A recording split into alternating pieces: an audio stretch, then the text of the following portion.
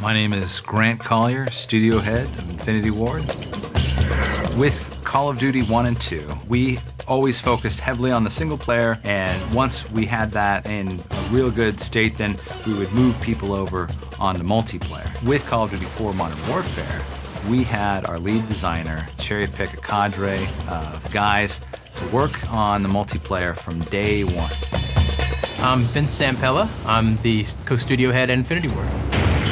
We design a lot of maps for the game that don't ever make it into the final product, some of which are tweaked and tuned until they finally, become what we're ultimately going to deliver to the player. It's really a lot of trial and error. We have really spent a lot of time increasing the depth that we have in multiplayer. When people jump in, they are going to be thoroughly excited. Not only can you customize your weapons, you can customize your camo, you can customize your game types, you can also customize the character you play, and you do that with perks.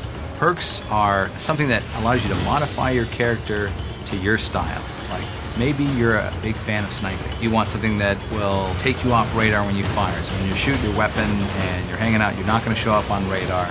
With the level of fidelity that we're able to bring to the single player, that obviously has to carry over to the multiplayer aspect of the game. It is still, Call of Duty 4 in its multiplayer state. So it was very important to us to make sure that we keep the graphic quality and the frame rate. 60 frames per second in multiplayer is just as, if not more important than the single player. We've spent a lot of time with the multiplayer for Call of Duty 4 Modern Warfare to be deep and rich, but we understand that when you're going deep, that you can create big barriers for the novice players to get in. So what we've done is that we've made it so that the multiplayer will slowly unveil for the gamer. So a novice player will get in, and he will not be overwhelmed with all of these options. I play every night right now.